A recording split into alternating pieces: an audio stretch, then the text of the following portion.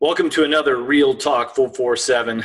We'd like to thank our partners on the show, Rocky Mountain ATV MC, Slick Products, ODI Grips, and Fox Racing.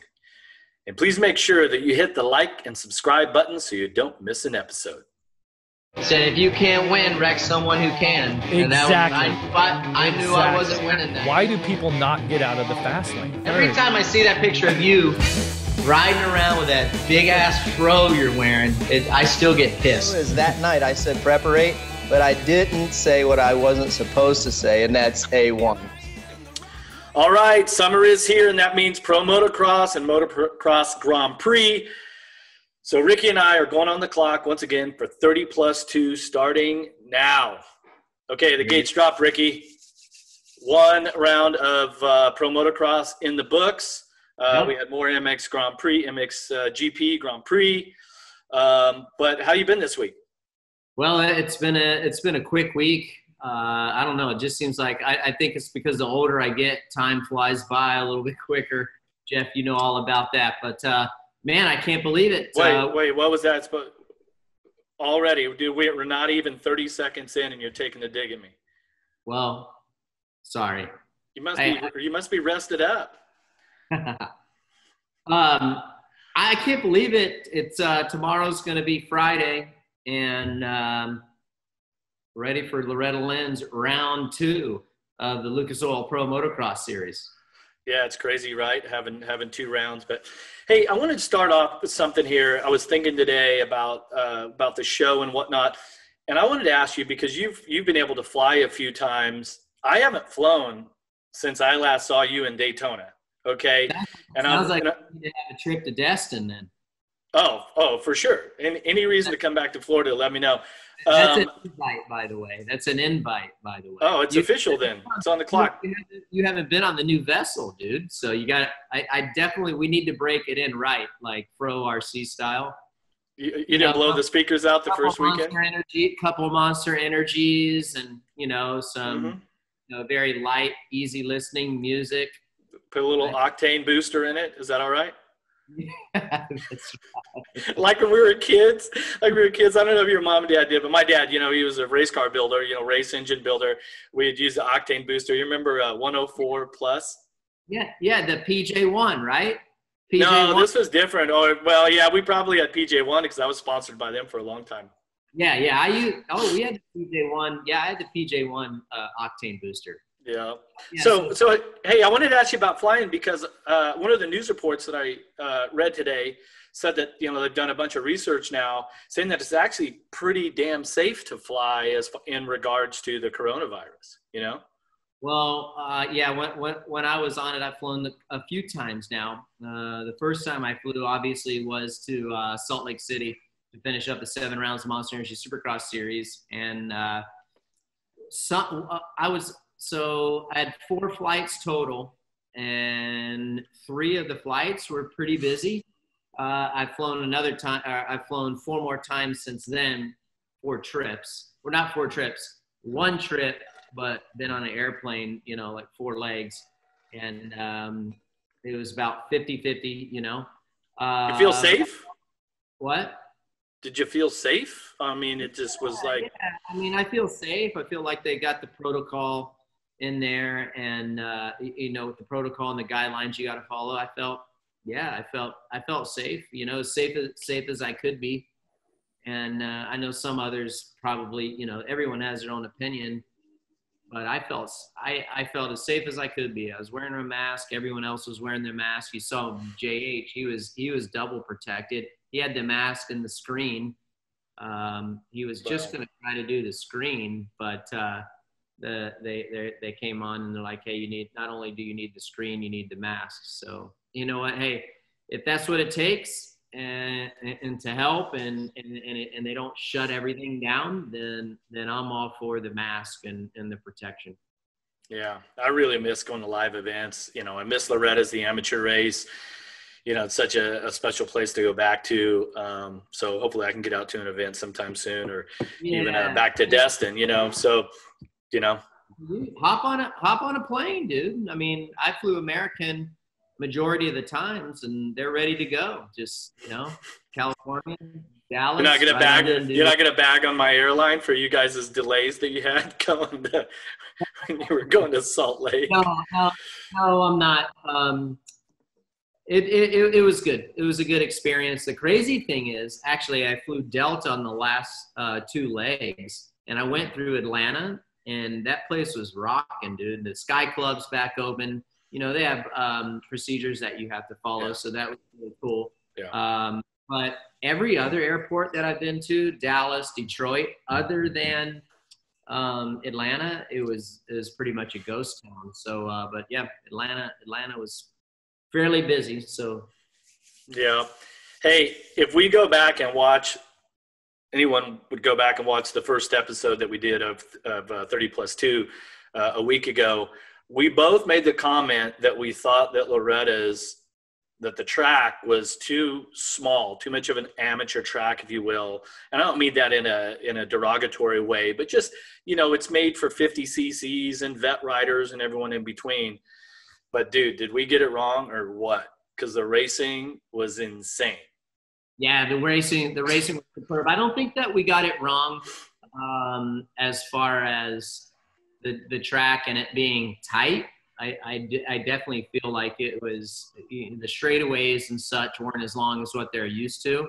But the conditions with the rain before, and Jeff, that place. I mean, so the thing about Loretta is what's scary about it when it rains there is there's nowhere for the water to go. Everything is flat ground. So the water just basically sits there. Now, every other national that they go to for the most part is undulating, rolling hills, natural terrain, very beautiful landscape. So it allows that water to kind of to run off the track, if you will. That's not the case at Loretta, so the water just stands there. I loved the conditions. So it definitely made it tricky for sure. Like when I was watching those conditions, Jeff, I was like, damn, I wish I was still, those are days that I miss it.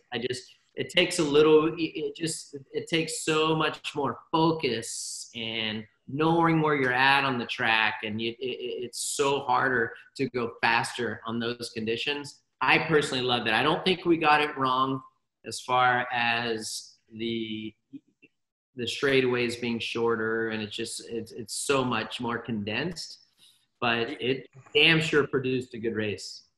I got to watch you race a bunch in your career, and you had that amazing mud race in Millville, and it just hit me right now why you were so good in the mud and those deep ruts, because everybody else can touch the ground and your little legs, your boots never even touch the mud.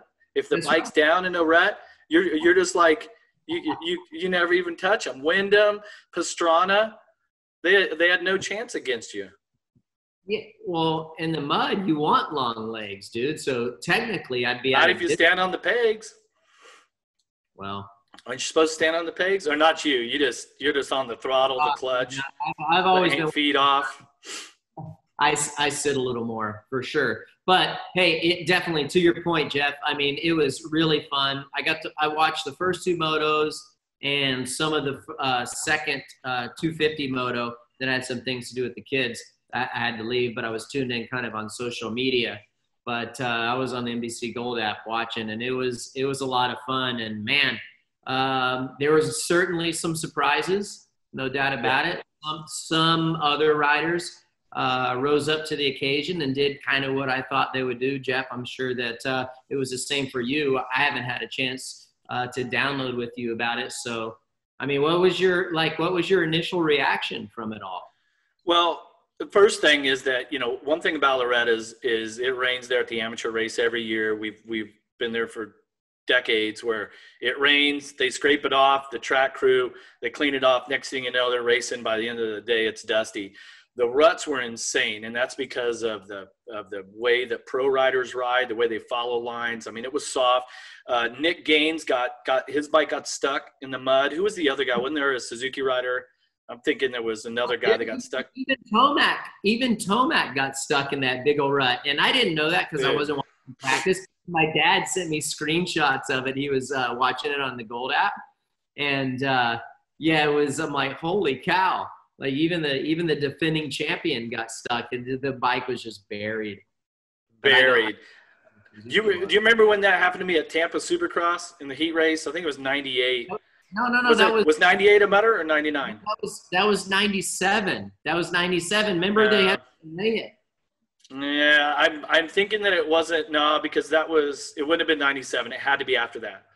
Because I literally just walked away from my bike in the heat race for sure. Okay, the fans will go out there. Fans can go on YouTube and they'll figure it out for us. Okay, they'll go back and watch the race. I got stuck in the heat race. Yeah, I think it was the same night he won.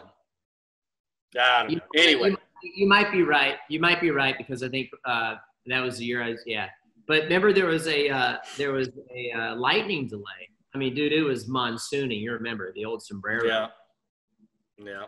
Well, the bottom line is remember getting stuck. We both use Slick products to wash our bikes. I actually have somebody else wash it. You love washing your own. There were gallons of it being used after the race last week, and hopefully this week they have good weather. Yeah, I think that I personally like how the conditions ended up being both for the first motos and second motos because it was challenging. It was a multi-groove racetrack. Yeah. The dirt was really heavy. It really sucked down the bikes, which makes it a little bit more difficult, as you know. And it put people to the test. I got to tell you, it was fun to watch to see some of the guys and where they were at from a fitness level. There were some prizes, and there were some surprises and non-surprises, like you talked about, Jeff. But I think the conditions were perfect for being what we thought was going to be a smaller track. Yeah. Well, speaking of fitness, before we get to the actual racing and we break down some of the rides out there, on Racer X this week, the news came out that Cooper Webb is out for the remainder of the season. Had that back injury from Dallas, correct? Dallas, which was nasty. He actually had a practice crash while training for the outdoors. I guess that must have aggravated it. Said he tweaked it in practice again this weekend. He was just day-to-day, but it's been painful. Well, it's sustained multiple herniated disc in his back, and the medical team is underway assessing options. Yeah. So that's not good, especially at his age, like to have disc problems and whatnot in your spine. Something like that has the potential to be lingering, and that can really affect you because rest is the only thing that you can do. It's not like, you have a broken wrist, you can stay on the bicycle and train and whatnot. This is going to be, I see being a pretty big setback for him. So I'm really bummed for him because I was looking forward to, seeing what he could do again this year in motocross and, being a former champion. Yeah. I was disappointed to see that just as much as you was, Jeff. Just for we all want to see every single rider in the series. And you kind of come to expect, guys to slowly start dropping off. But, one of the household names, right off the bat, right after the first round. So, hey, Cooper, we're thinking about you, bud. Hang in there. You're a warrior. You're strong. We're going to miss you. I think everyone, all the fans, the viewers are going to miss you. So stay strong, get healed up, and we'll see you at Supercross 2021. All right. We got a minute 40 until the halfway point, but let's just get into it. One thing that stuck out to me was that when we just focused on the 250s to begin this, is that the Yamahas were out front off the whole shots. Their bikes, dude, are on fire. Those Cooper and McElrath with the whole shots. The F250s, they got power, and you and I talked about it. You can for Supercross, Jeff, you and I will go down trackside and just listen to them, and they just sound different than the other guys. And we talked about at the top of the show, how the dirt was really heavy. And when I say heavy, the dirt pulls the bike down. It takes a lot of effort and energy for the bike to roll. And when you have a horsepower advantage and a torque advantage, that just helps you. And it gives you so much of an advantage. And that's why they were up front, especially on the starts in that first moto. Now the second moto, not quite as good because the track had dried up just a little bit. But yeah, they were up front. And I got to tell you what, I mean, these guys better be scared of, be worried and be on their heels with Dylan Ferrandis. You can just see when he's riding, it doesn't even look like he's trying.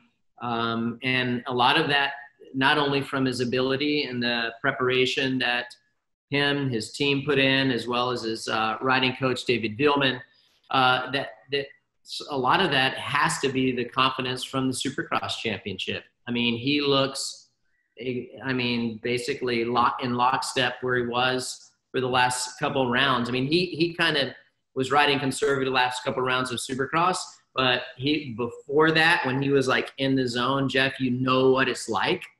Yeah, cross flags for 15. Halfway. Just past the halfway point. He was, dude, he's just in the zone. And Jeff, you know, it is really scary. Us sitting here watching, like, scared for his competitors when the guy's just riding effortlessly. He passed all the guys, and just pulled away from everyone. Yeah. Hey, did you see that clip? It's on the highlights that are on NBC. You can see him on Pro Motocross. Also, of when he was going into the 10 Commandments and he like wheelied over the first one. And like, I mean, that's just, I watched that and go, man, he is just so in tune with the motorcycle. And especially when you're riding ruts and whatnot like that. Not, you know, I'm not just talking about going down the straightaways, but the difficult thing about the track as it is, and it's most pro motocross and even most Grand Prix motocross, you know, there's not a lot of hard pack anymore. That whole, you know, technique of having to ride Carlsbad and like weight the outside peg and get traction where there's no ruts or anything, that almost doesn't exist anymore. But going through turns that have like double and triple sort of, hooks in them and being able to just flow through those, that it's so difficult. And that's one of the things, if you know, all the listeners, viewers, if you've never ridden a pro style track, if there's ever like an event where you can ride the day after, go ride the track and then you go, holy shit. When you watch how easy they made it look and how difficult it is. I mean, I've been there even post pro career going, how did I ever do this? You know? So it's quite an art. One thing I mean, dude, we got to talk a little bit, and I think it could be an oversight for a lot of people, but RJ Hampshire, we got to give him a shout out to that. RJ Hampshire and the Rockstar Energy Husqvarna. I mean, coming off ACL surgery, and I'm going on the record right now when I thought I was skeptical of what it was going to be like. I mean, he was back in no time. You know, it didn't take most of the time on the short list. On the short term, it takes 4 months. He was back way earlier than that. So to come back, that's from Daytona, right? The crash in Daytona. No, he was hurt before the season started. Who was in Daytona then? Am I getting him mixed up with somebody? Hey, good chance. Don't get me wrong. Yeah, I think so. So.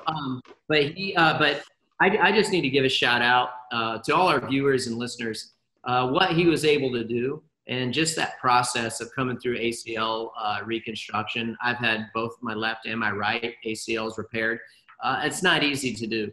And I got to tell you, those track conditions, Jeff, were a perfect recipe for catching your toe or catching your ankle and just ripping your leg sideways and exploding that ACL out. So again, and right now, you know, the doctors will tell you kind of when they put it in, it's strong, and then it kind of digresses a little bit and then comes back up, and the ACL and the repair gets a little bit stronger and stronger as you get the 6 and 7 month. So right now he's at a very vulnerable time.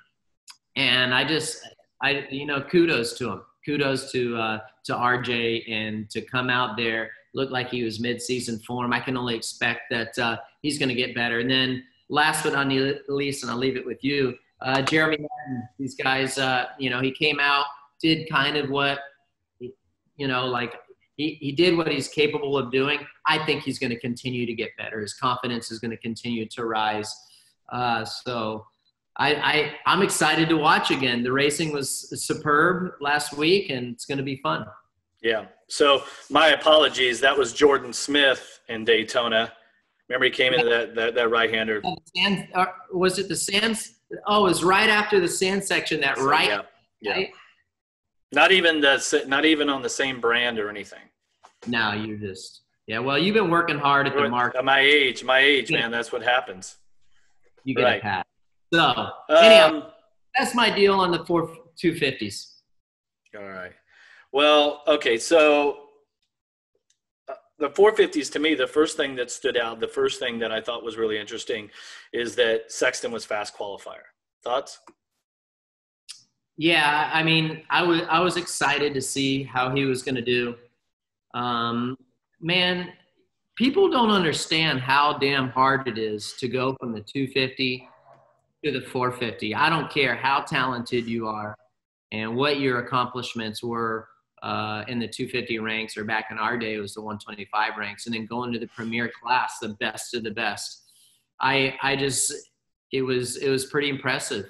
And it was and a month ago he was riding a 250 though. That's the thing. It's not like last September he jumped on HRC Honda and has been riding it since then.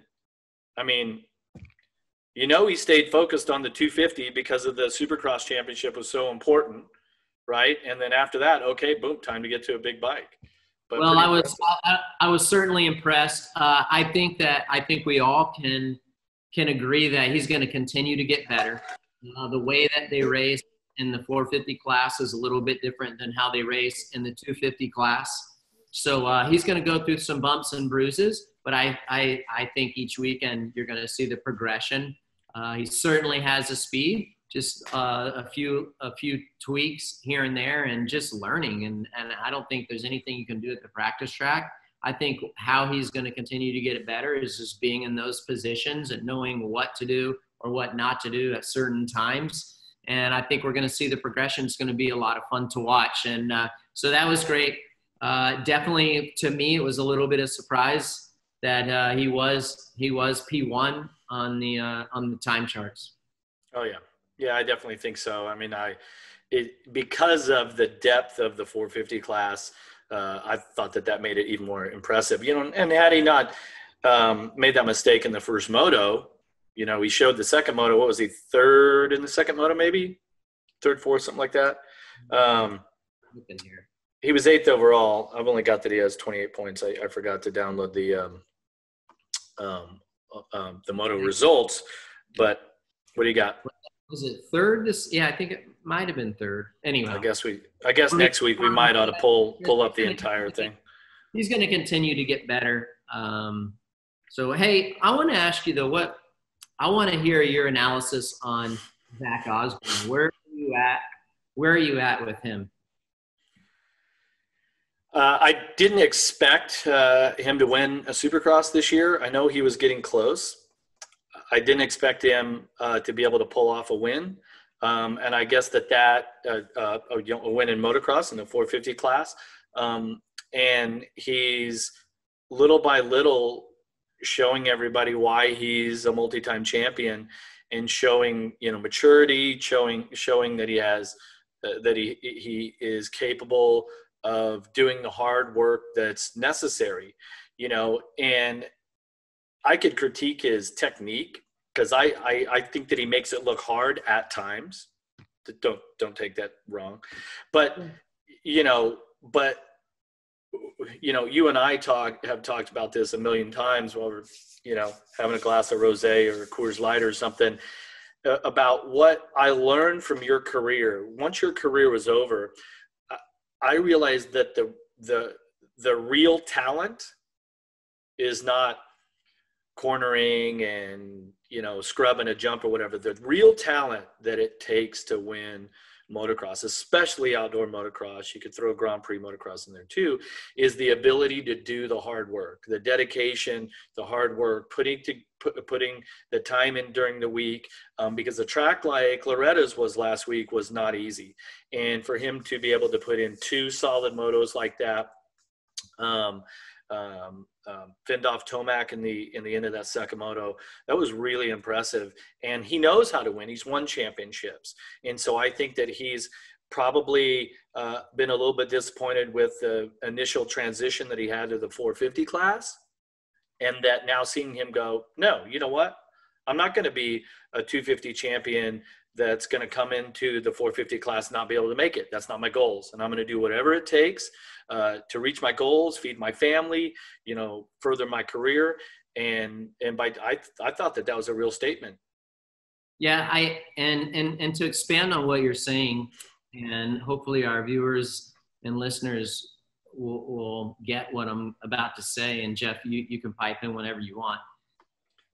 I don't think people realize just how hard it is to do what Zach Osborne has been able to do from basically when we got back to Salt Lake City and his performances, and then now what he displayed at the first round of the Lucas Oil Pro Motocross series, where he has come from in his 450 career. When you're down in the dumps like that, and I've lived it, Jeff, you have lived it, you have to really have some serious mental fortitude, and you have to have some mental toughness to turn that train around and get back to where you were at a 250 level. It is really, really hard to do. And that's what I'm amazed at. And I got to tell you, I think it's just going to continue to go. Cause like you said, Jeff, I mean, the confidence is going to continue to rise. He knows how to win, and exactly what you said. And now that he knows how to win at a 450 level, you just have to think that he's going to be able to apply what he did in the 250 into the 450 ranks. And Jeff, what do you think that his competition should be concerned? Even Eli? Yeah, but if you think about Anderson, he goes out and wins the first moto. That was incredible. Fantastic win for him. Osborne was second, right? Just to show you how hard it was, Anderson was up front. He was up in the lead pack in the second moto, and he couldn't pull off 2 motos. Osborne did the exact opposite. He goes second to first. And so there's a big difference there. Somewhere in their program, fitness, focus, whatever, is that he got the job done. And I think in the same vein is that you saw, if we switch to Tomac, just drops anchor the first moto, comes back, comes through the pack, has a killer ride the second moto. He didn't win the moto, but he didn't have a good first moto. And so that was one of my questions on my list was that, what do you make of Tomac having that slow start in Moto 1? Because he was going backwards. Yeah, it certainly kind of caught me off guard. Definitely he was uncomfortable, but he does those kind of rides sometimes. So once in a while, you kind of expect that from him. Now, I thought he was going to take the confidence from the Supercross Championship and be a little bit better. But I think based on what we saw on the second moto, he's back to where he needs to be. Now we've been talking about Zach and we've talked about Eli, but I don't want to, we got to give respect where it's due to Anderson. I mean, he had a dominating first moto. It was a lot of fun to watch. He executed the race perfectly. So, my eye is on him. My eye is on him as well. And a shout out to Muscan. We're running out of time here, so we just got to try to give all these guys the credit that they deserve. Muscan, coming from that ACL repair, I believe it was. Yeah. Good to see him. Yeah, a couple times he banged it up, earlier this year. So I feel like there is a really good championship battle brewing, and what's great about it, sucks for the sport, but being, the series being shortened up, it's putting these guys in must situations. A lot less motos and a lot less time for these guys to finish the job. So it's going to make execution that much more important. It is going to be insane to watch. Yeah, so we'll be on 9 rounds, correct? So you're looking at 18 motos instead of 24. That's a pretty big chunk, especially if if you drop a moto, you have any sort of DNF for any reason, all of a sudden, if you're playing catch up, which I've done in my career a couple times, if it had been only 9 races, might not have won those titles, so. But Yeah. this is it. This year is crazy, and so it's like racing Salt Lake Supercross 7 times in 3 weeks. That's what you got to do, and all these guys are like up for it. Let's do it. They just want to race, and they just want to get it done. Yeah, it's going to be exciting. Hopefully, I haven't checked the weather. Hopefully, it holds out for those guys, and certainly if the weather doesn't hold out, well.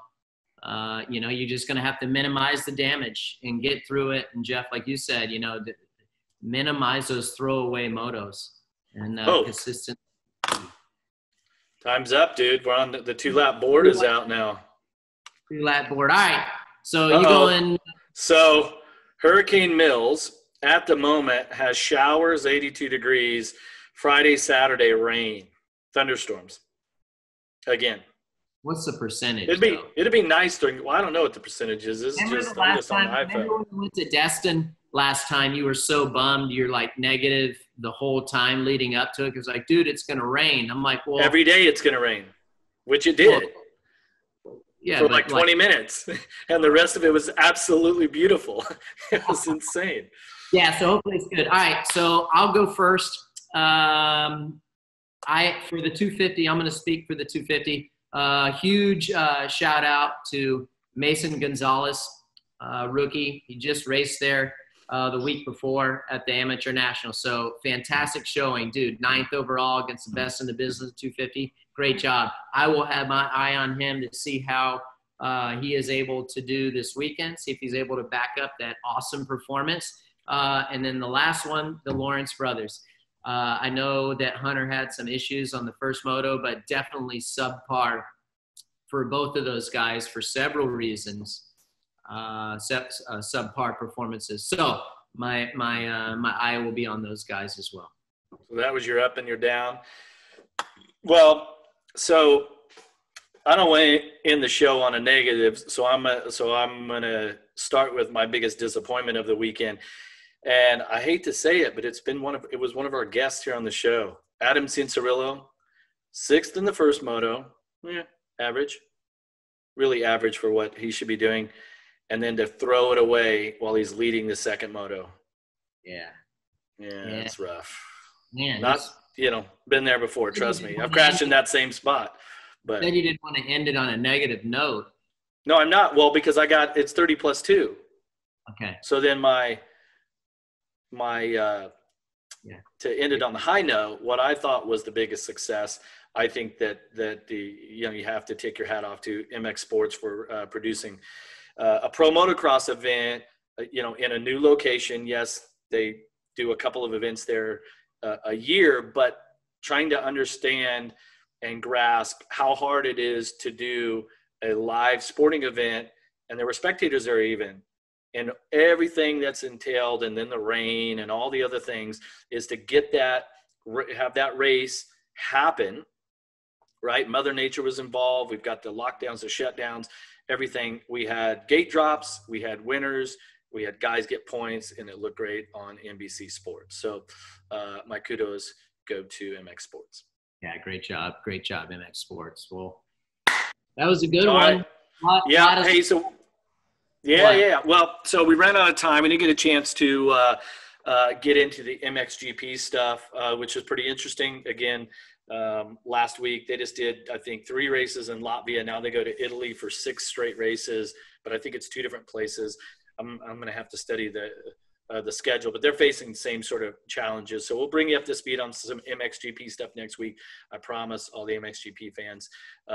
And that's all I got. Ricky? Hey, appreciate the viewers, listeners. Like Jeff said, make sure you like, comment. We'd love to hear your comments. And if there's some questions you guys got, we'll do the best that we can to respond to them. We'll definitely take a look at them. But with this 30+2, it's short in time. However, man, we appreciate all the support. And then Jeff, all the sponsors wouldn't be possible to do what we do without them. So I can't wait for the racing again this weekend. It's going to be a lot of fun and give us some great content to talk about next week. That's right, Ricky. RockyMountainATVMC.com, Slick Products, ODI Grips, and Fox Racing. We appreciate everything that you guys do for us. And as always, our buddy Andrew McKeague and the Andrew McKeague Band will take us away with this old lie. Thanks for listening and watching, everyone. See you.